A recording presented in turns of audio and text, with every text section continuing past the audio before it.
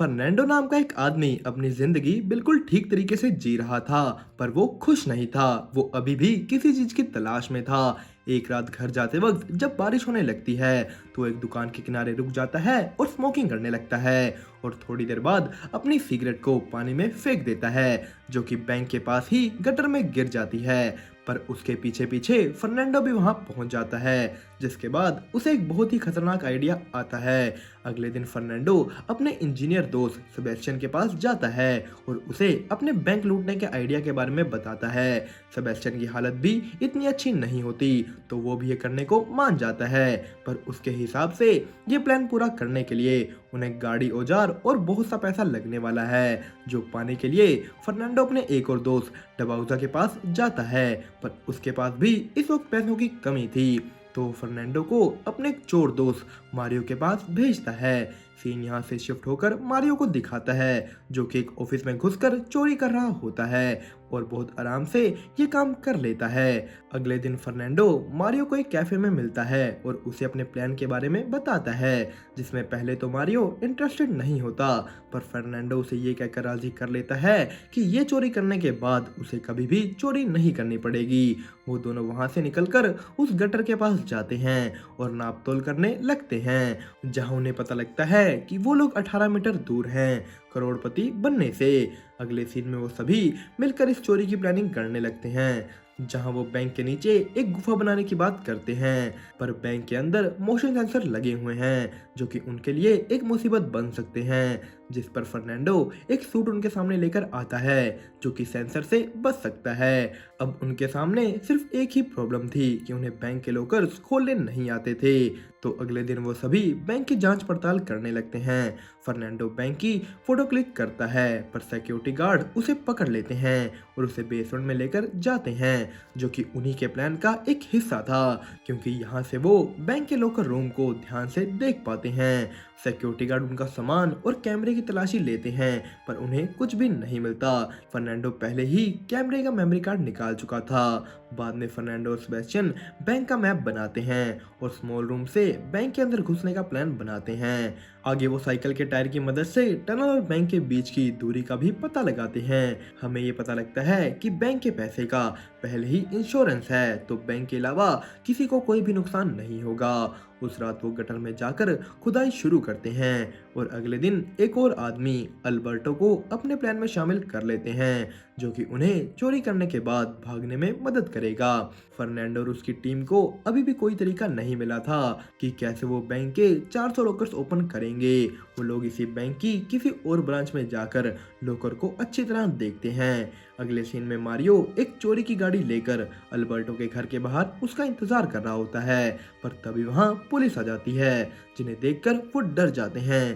पर इससे पहले पुलिस उनसे कुछ पूछती, अल्बर्टो और उसकी पत्नी आकर पुलिस को कह देते हैं कि ये लोग उनके दोस्त हैं। सभी लोग टनल को खोदने का काम जारी रखते हैं, पर एक दिन उनकी ड्रिलिंग मशीन टूट जाती है, जिस पर मारियो बहुत गुस्सा होता है, क्योंकि उसने पहले ही इस प्लान में बहुत पैसा लगा रखा था। उसी रात बाद में फर्नांडो अपनी गर्लफ्रेंड के साथ तारों को निहार रहा होता है, जहां वो लोग बात करते हैं कि जो तारे आज हम आसमान में देख रहे हैं वो तो आज वहां है ही नहीं।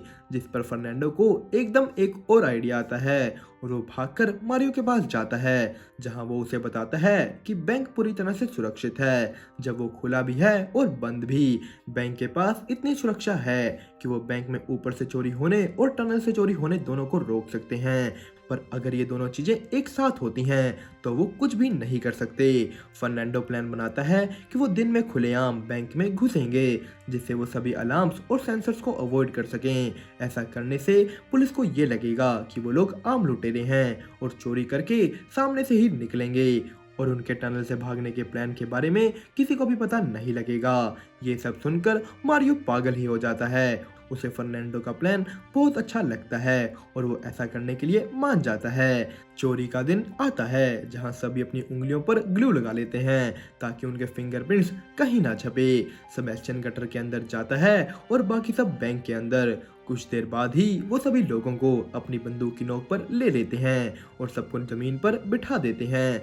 ये सब देखकर सीसीटीवी रूम में बैठा सिक्योरिटी गार्ड पुलिस को कॉल कर देता है, जहां पता लगता है कि सिक्योरिटी गार्ड की सभी बातें बाहर फर्नांडो अपने वॉकी टॉकी पर सुन रहा होता है, जो पुलिस के आते ही एक इंसान को बंदूक की नोक पर रखकर पुलिस को बैंक के अंदर घुसने से रोकता है और उसके बाद बैंक के अंदर जाकर बताता है कि उनके प्लान का पहला भाग पूरा हो चुका है। जो सुनते ही मारियो सीसीटीवी रूम में बैठे सिक्योरिटी गार्ड को बाहर निकालता है और उसकी बंदूक और मोबाइल लेकर उसे बैंक के बाहर छोड़ देता है।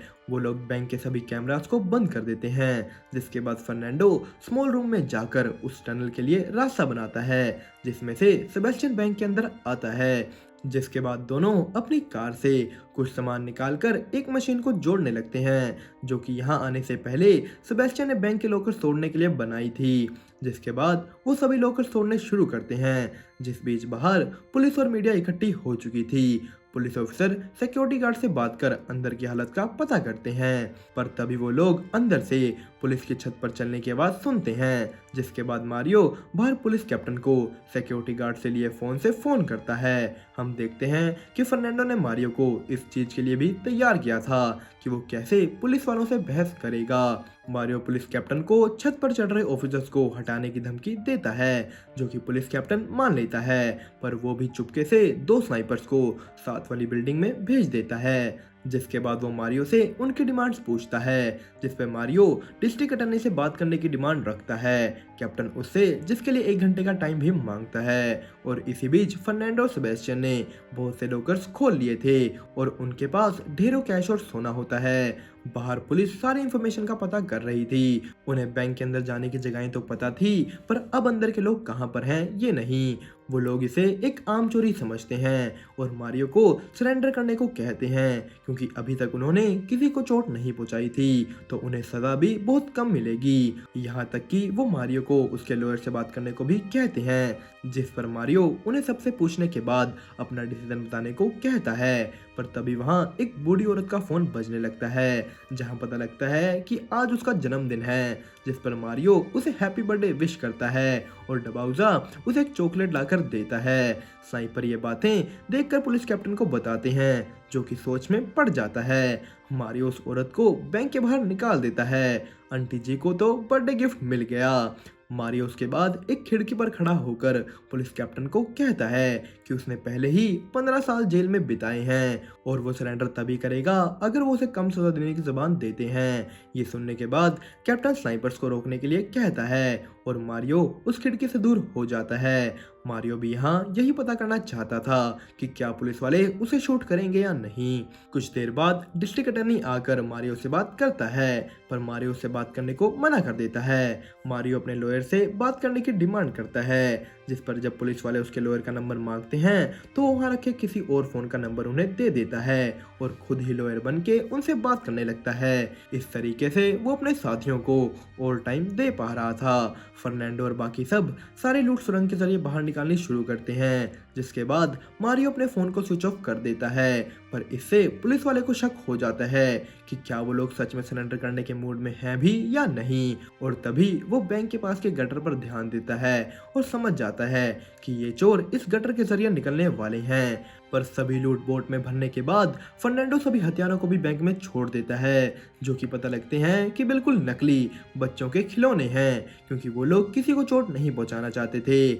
मारियो सभी बंदियों को छोड़कर स्मॉल रूम में अंदर जाता है और जैसे ही वो ऐसा करता है सभी लोग अपने अपने फोन उठाकर बाहर अपने परिवार को फोन करते हैं। कैप्टन भी अपनी एक टीम गटर के अंदर और एक टीम सामने से बैंक में भेजता है, जिस बीच मारियो और फर्नांडो सभी सबूत मिटाकर सबके सब बोट में बैठ जाते हैं। एक फ्लैशबैक सीन में हम देखते हैं कि फर्नांडो ने पहले ही पुलिस के गटर के बारे में पता लगने के बारे में सोच लिया था और इसीलिए उन्होंने वहाँ एक डैम बना लिया था जो कि पानी के लेवल को बढ़ा देगा और वो मोटर बोट से आगे जा पाएंगे।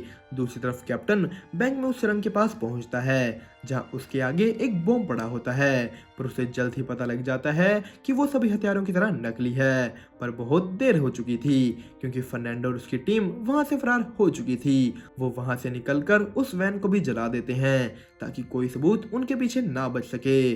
जिसके बाद वो अल्बर्टो के घर जाकर सारी लूट को आपस में बांट लेते हैं। पर कुछ महीनों बाद पुलिस को उन सब के बारे में पता लग जाता है, क्योंकि अल्बर्टो की पत्नी ने उसे उस पर चीट करते पकड़ लिया था और गुस्से गुस्से में वो पुलिस को उनकी चोरी के बारे में सब बता देती है। पर 7 महीने बाद हम देखते हैं कि जब फर्नांडो जेल से रिहा होता है तो मारियो उसका स्वागत एक बड़ी शानदार गाड़ी में करता है, क्योंकि उन्होंने इसकी भी प्लानिंग पहले ही कर ली थी। उन्होंने नकली वेपन्स का यूज इसलिए किया ताकि उन्हें सजा कम मिल सके, और बैंक के लॉकर्स को इसलिए लूटा क्योंकि बैंक के पास लॉकर्स में क्या है इस चीज का रिकॉर्ड नहीं होता।